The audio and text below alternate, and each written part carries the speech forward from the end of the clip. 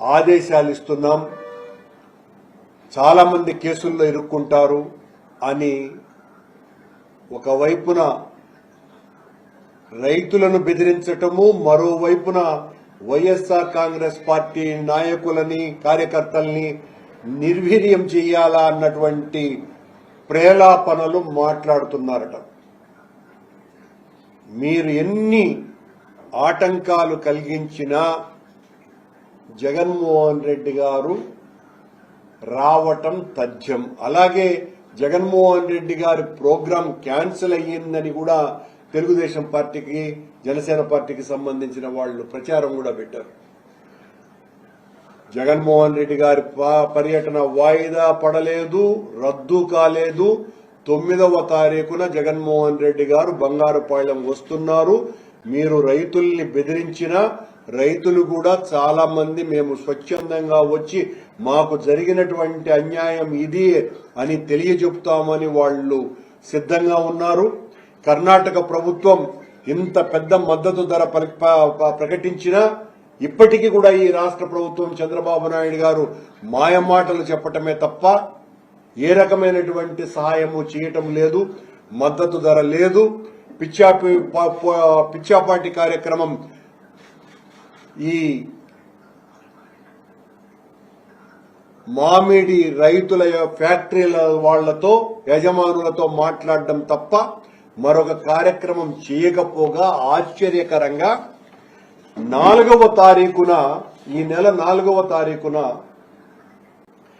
T Kumar అనేటువంటి తుమిండ village, Chittoor మండలం సంబంధించిన ఒక రైతు ఇక మామిడి పండిస్తే ఇక గిట్టుబాటు ధర రాదు, ఇంకా ఆత్మహత్యలే శరణ్యం మనకి, కనుక ఈ చెట్లు కొట్టేసుకుందాము అని ఆయన చెట్లు కొట్టేసుకుంటే వెనువెంటనే ఫారెస్ట్ అధికారులు అక్కడ వాలిపోయి ఆ కుమార్ అనే అతన్ని ఒక రోజంతా నిర్బంధించి భయపెట్టి, ఏం జగన్మోహన్ రెడ్డి పర్యటనకు వస్తాడాడని నువ్వు ఈ రకంగా చేస్తున్నావా అని బెదిరించి నీ కథ చూస్తామనని, ఆయన కొట్టినటువంటి చెట్లు 4-5 ఏండ్లు ఉండేటువంటి చెట్లు, ఆ 4-5 ఏండ్ల చెట్లు ఆయన 16 చెట్లు కొడితే వెంటనే వాలిపోయి రోజు కొన్ని వందల టన్నుల ఎర్రచందనం తరలిపోతుంటే శేషాచల అడవుల్లో దాన్ని పట్టుకోవటానికి ఏమాత్రము కూడా శ్రద్ధ చూపినటువంటి ఫారెస్ట్ అధికారులు ఈ మామిడి రైతు మీద పడి ఆయనకు ఇచ్చినటువంటి పనిష్మెంట్ 16 చెట్లకు గాను 12,750 రూపాయలు ఫైన్ వేశారు. 4వ తారీఖున, ఈ నెల 4వ తారీఖున ఒక రోజంతా నిర్బంధించి భయపెట్టి నీ కథ తేలుస్తామనని, జగన్మోహన్ రెడ్డి గారు వస్తున్నారు కాబట్టి చెట్టు కొడతావా అని, అయ్యా లేదు నా బతుకు సర్వనాశనం అయిపోతుంది, ఇంకా ఈ చెట్లు నేను పెంచినా ఉపయోగం లేదు, గిట్టుబాటు ధర కావటం లేదు, అందుకు కొట్టుకుంటున్నాను అని అంటే కూడా వినకుండా అతని మీద దాడి చేసినట్టుగా చేసి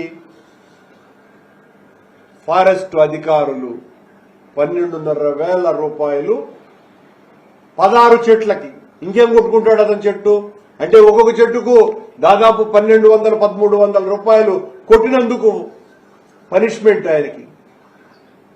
ఇది పరిస్థితి ఈ రాష్ట్రంలో, ముఖ్యంగా మామిడి రైతాంగానికి వీళ్లు చేస్తున్నటువంటి దారుణం. అయినా ఫారెస్ట్ అధికారులు మా ఈయన పవన్ కళ్యాణ్ గారి అధీనంలో ఉంది ఫారెస్ట్ డిపార్ట్మెంట్. నువ్వు అయినా ఈ ఎర్రచందనం స్మగ్లర్లని, అటవీ సంపదను దొంగతనం చేసేటువంటి వాళ్లను పట్టుకోకుండా మామిడి రైతును దొంగను పట్టుకున్నట్టు పట్టుకున్నారండి. పవన్ కళ్యాణ్ గారు మీ డిపార్ట్మెంట్లో చివరకు రైతులను పట్టుకొని వాళ్లను ఎర్రచందనం దొంగల్లాగా చూపించే పరిస్థితి తెస్తున్నారు. 16 చిన్న చెట్లు కొట్టినందుకు, 4 ఏండ్ల చెట్లు కొట్టినందుకు అతనికి వేసినటువంటి పనిష్మెంట్ ఇది. అంటే ఎంత భయాన్ని సృష్టిస్తున్నది ప్రభుత్వం రైతుల మీద. ఈ రైతు టి కుమార్ అనేటువంటి రైతు తన పొలంలో పండినటువంటి, తన తోటలో పండినటువంటి ఆ తోతాపురి మామిడి కుళ్లిపోయే పరిస్థితి వచ్చింది. 2 రూపాయలకు కూడా అమ్ముడు పోని పరిస్థితి వచ్చింది. ఇక బతుకు లేదు, నాకు ఆత్మహత్య శరణ్యం, కనుక ఈ చెట్లన్నా కొట్టేసుకొని వ్యవసాయం చేసుకుందాము, ఏదో మెట్ట భూమి అని అనుకొని మెట్ట పంట వేసుకుందాం అని కొట్టుకొని పోతే అది ఎక్కడి నుంచి వచ్చినారో, బిన్ లాడెన్ మీద అమెరికా సైనికులు దాడి చేసినట్టుగా ఆ మారుమూల ప్రాంతంలో ఉన్నటువంటి ఆ పల్లెల్లోకి ఎట తెలుసుకున్నారో ఫారెస్ట్ అధికారులు. వెంటనే వాలిపోయి అతన్ని నిర్బంధంలోకి తీసుకొని 16 చెట్లు జేసీబీతో కొడితే అరగంటలో కొడేస్తారు. ఆ అరగంట లోపల వాలిపోయి అతన్ని నిర్బంధంలోకి తీసుకొని అతని మీద వేసినటువంటి ఫైన్ ఇది. ఇలా ఒకవైపున రైతుల్ని, మరోవైపున ప్రజల్ని భయభ్రాంతులకు గురి చేస్తూ ఈ ప్రభుత్వం మామిడి రైతులతో చెలగాటమాడుతున్నది. గిట్టుబాటు ధరను కల్పించకుండా మాయమాటలు చెబుతున్నది. మేము ఈ రకమైనటువంటి సద్విమర్శలు చేస్తే తట్టుకోలేక మా మీద పడి రక్కుతున్నారు. ఈరోజు కూడా ఎవరో ఒక నాయకుడు చెప్పినాడు, ఆడెవరో వైఎస్ఆర్సీపీకి సంబంధించినటువంటి వ్యక్తిదే ఫ్యాక్టరీ ఉన్నది, ఆయన ఎంత ఇస్తున్నాడు, ఆయన ఎంత ఇచ్చినా మేం ప్రజల పక్షాన నిలబడి పోరాడతామే తప్ప వైఎస్ఆర్ పార్టీనా మరొక పార్టీనా అన్నటువంటిది కాదు. ఇక్కడ రైతుకు మేలు జరగాల, రైతుకు గిట్టుబాటు ధర ప్రభుత్వం కల్పించాలా, ఆ ప్రభుత్వం కల్పించాల్సినటువంటి బాధ్యతను విస్మరించినందుకు మా నాయకుడు ఆ రైతులను పరామర్శించి ఈ ప్రభుత్వం మెడలు వంచటానికి వచ్చినారు. మీరు రైతులు నిలబడ్డప్పుడు ఇచ్చినటువంటి టోకన్లలో కనీసం మీరు ఏ ధర ఇస్తారో అన్నటువంటిది కూడా లేదు. అది కూడా ప్రకటించటం లేదు. వాళ్ళు ఎవరు, ఈ ఫ్యాక్టరీ యజమానులు మీకు ఎంత ధర ఇస్తున్నాము అన్నటువంటిది కూడా లేదు. పాపం రైతులు కూడా ఈ మామిడి వదులుకుంటే చాలరా అనేటువంటి బాధలో వాళ్ళు ఉంటే దాన్ని ఏ రకంగా దోపిడీ చేయాలని చూస్తున్నారో చాలా స్పష్టంగా తెలుస్తున్నది. వందల వేల హెక్టార్లలో, లక్షల హెక్టార్లలో మామిడి రైతుల యొక్క వేదన ఇది.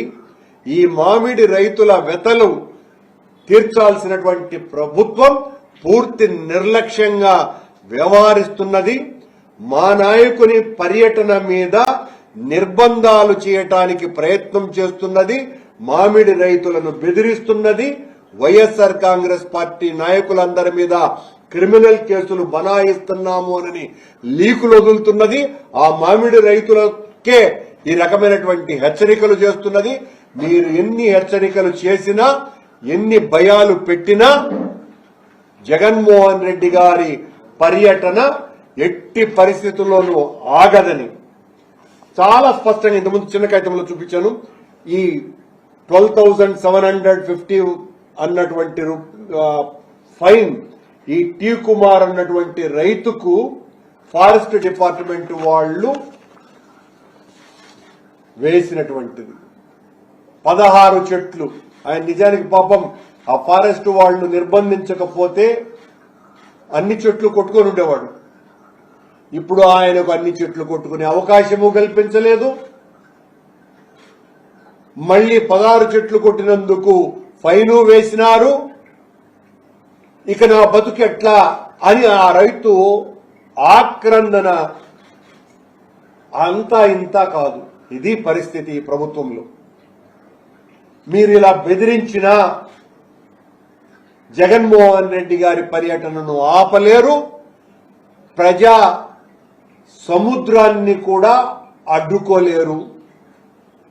జగన్మోహన్ రెడ్డి గారు వస్తున్నారంటే మేమేదో సమీకరిస్తున్నాము అని మీరు ప్రచారం చేసుకోవాల్సిందే తప్ప జగన్మోహన్ రెడ్డి గారు ఈ రాష్ట్రంలోనే అత్యంత ప్రజాకర్షణ ప్రజాదరణ కలిగినటువంటి నాయకుడు. ఆయన పర్యటనకు వచ్చినప్పుడు ఎక్కడైనా కూడా రాష్ట్రంలో వేలాది మంది ప్రజలు తరలి రావటం జరుగుతుంది.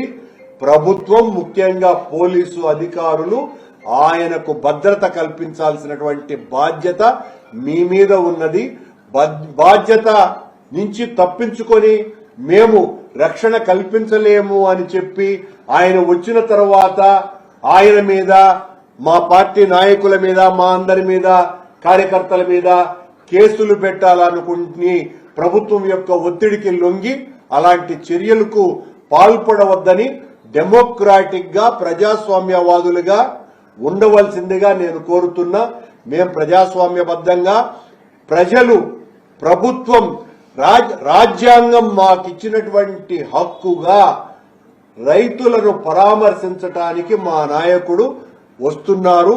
ఆ నాయకునికి భద్రత కల్పించాల్సినటువంటి బాధ్యత ప్రభుత్వానిది. ఆ ప్రభుత్వంలో భాగమైనటువంటి పోలీసు అధికారులదేనని తెలియజేస్తున్నాను.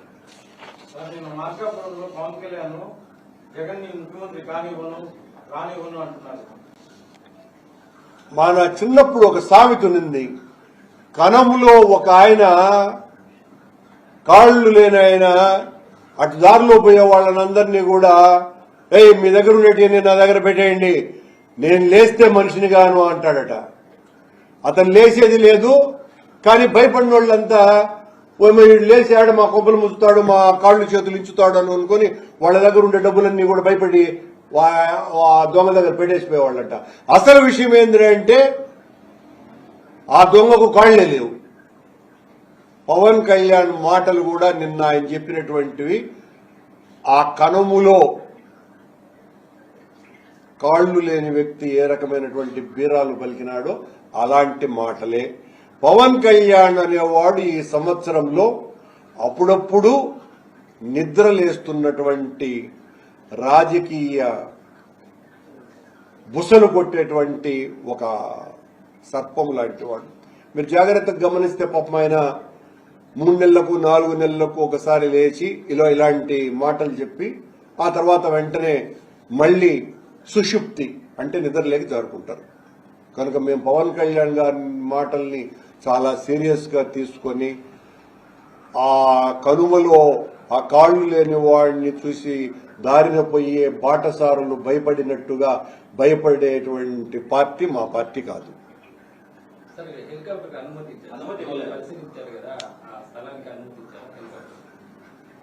మీకు తెలుసును ప్రభుత్వం ఎలా వ్యవహరిస్తుంది జగన్మోహన్ రెడ్డి గారి పర్యటనల మీదనని. ఇప్పటికే మేము 2 సార్లు కలెక్టర్ గారిని రిక్వెస్ట్ చేయటం జరిగింది. ఆయనకు పర్మిషన్ లెటర్లు కూడా ఇవ్వటం జరిగింది. వేచి చూస్తున్నాం. వాళ్ళు పర్మిషన్ ఇచ్చినా ఇవ్వకపోయినా జగన్మోహన్ రెడ్డి గారు రావటం తథ్యం. ఎవరున్నారు? ఉండొచ్చు. ఇవ్వకపోతే పెద్దిరెడ్డి గారు చెప్పింది కరెక్ట్. వస్తారు, వచ్చేది గ్యారెంటీ.